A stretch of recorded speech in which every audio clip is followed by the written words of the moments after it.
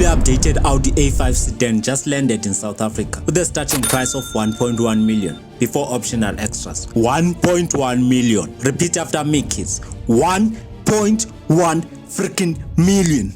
Let that sink in for a minute. It's not an RS and definitely not an S. It's an A. An A! If you are a legal South African citizen, which I hope you are, you know that 1.1 million is serious money this side, unless you have rough money or tender money, allegedly.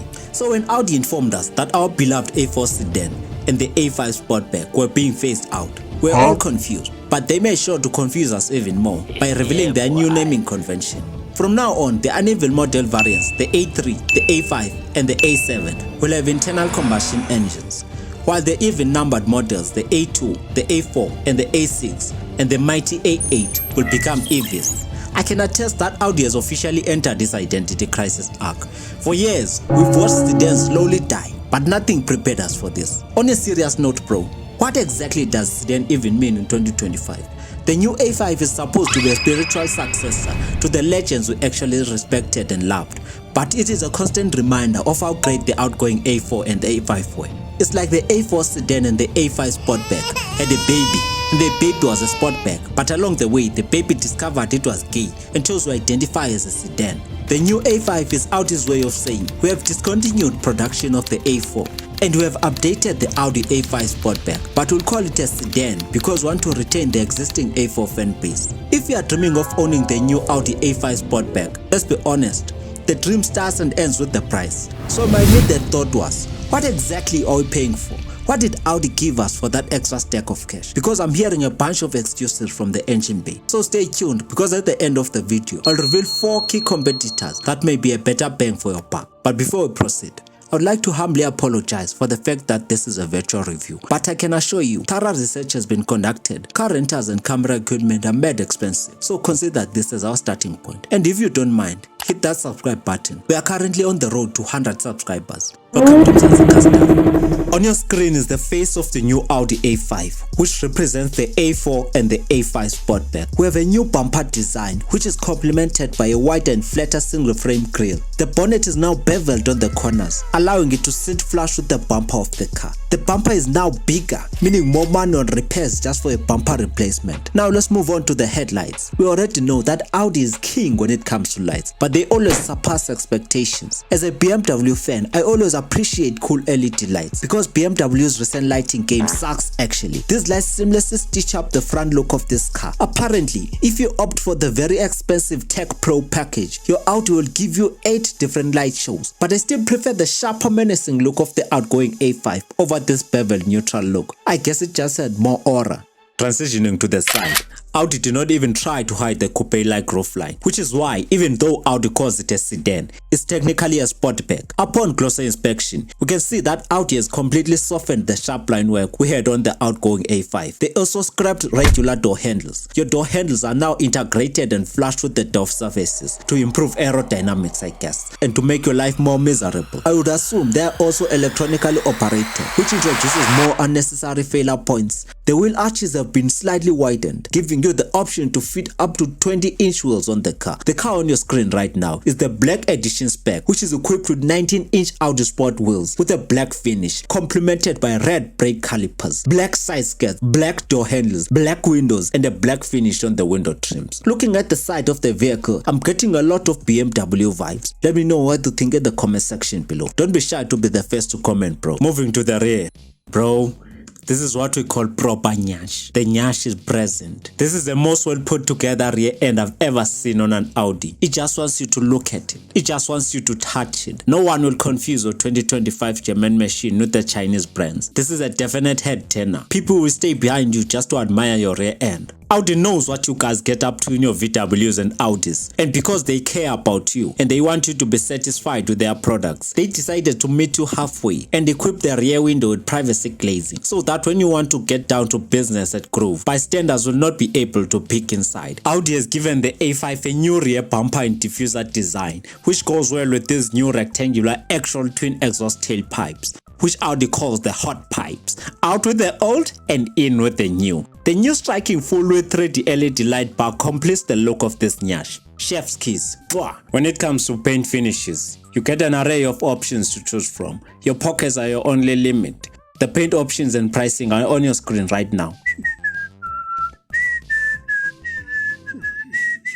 Inside of the Audi A5, we are greeted by numerous plasma screens, which Audi calls the digital stage. For a minute, I thought Audi was being loyal to the culture and keeping physical buttons. But no, they were waiting for the perfect moment to strike and enter their digital stage. This curved plasma screen integrates two key screens, an 11.9-inch digital instrument cluster and a 14.5-inch infotainment touchscreen, equipped with wireless Apple CarPlay and Android Auto. All climate control options are now buried in the infotainment screen. They went as far as changing the gear selector to this. To top that off, Audi has replaced everything that resembles physical buttons with touch-sensitive controls. When I say everything, I mean even the mirror controls. Let me finish you off with the KO. The light controls are now on the door, and they are also touch-sensitive buttons. It's a bit odd that Audi is adopting this system, since the VW group was even sued for this. VW cars are circling back to physical buttons on the steering wheel, but Audi is doing the opposite. As part of the Tech Pro package, you get an optional 10.9-inch dedicated passenger display. The screen will allow your front passenger to watch YouTube videos or play video games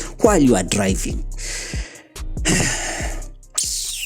Moving to the back, the new A5 is 68mm longer than the outgoing A4, which means the rear passengers get a noticeable bump in knee and legroom. As standard, the rear passengers get 3-zone automatic air conditioning and 2 USB Type-C ports. This is a stylish sport bag. That means head clearance might be a bit snug for your tall passengers. That's another win for short kings. Speaking of practicality, remember I said this is technically a lift bag. The sloping rear window actually opens with the electronic boot lid, giving you unrestricted access to the luggage compartment, which is rated to carry 445 liters of cargo. But you can also expand the cargo space to 1,299 liters by dropping the rear seats. If a car was all about aesthetics and tech, the new Audi A5 would take the crown.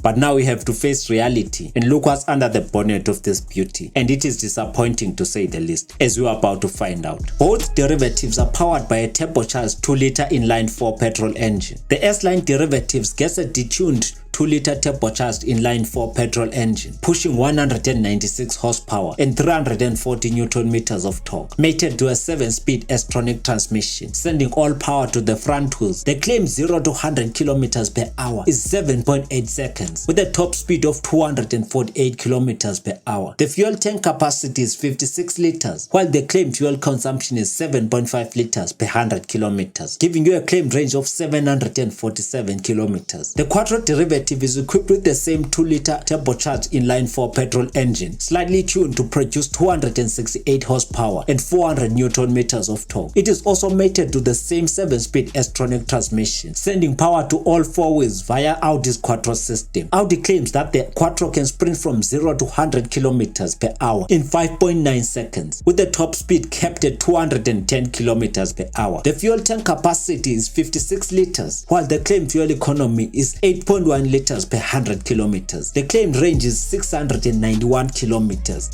Now let's talk about money, which I do not have.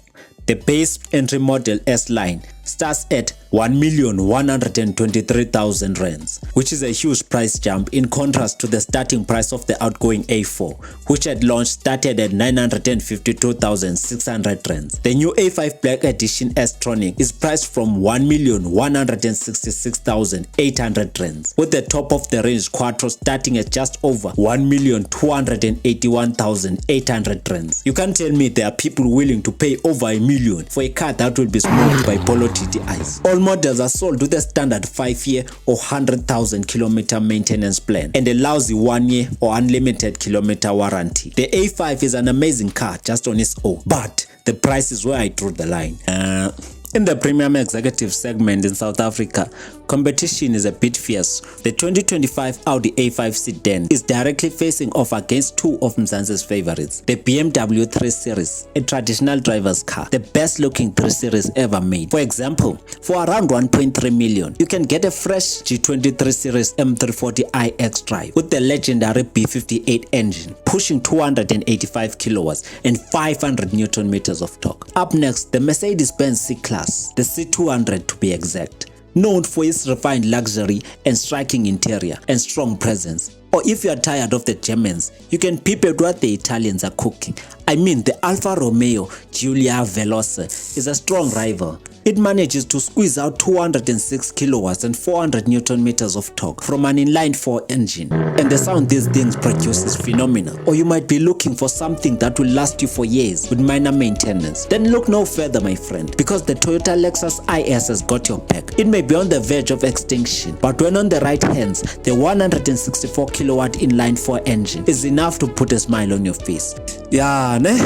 I know Audi boys are stubborn, so if you want the Audi A5, I advise you to wait and see if the price will drop below $1 million. But guys, I kindly want to remind you, there's competing brands out there. Look at the competition. Don't buy cars just because of brand loyalty. My closing question is, if a fully spec'd A5 cost 1.5 million, how much do you think the new S5 V6 will cost? And if there's an RS, how much is it going to cost? One last thing, is it Audi or Audi? Comment down below.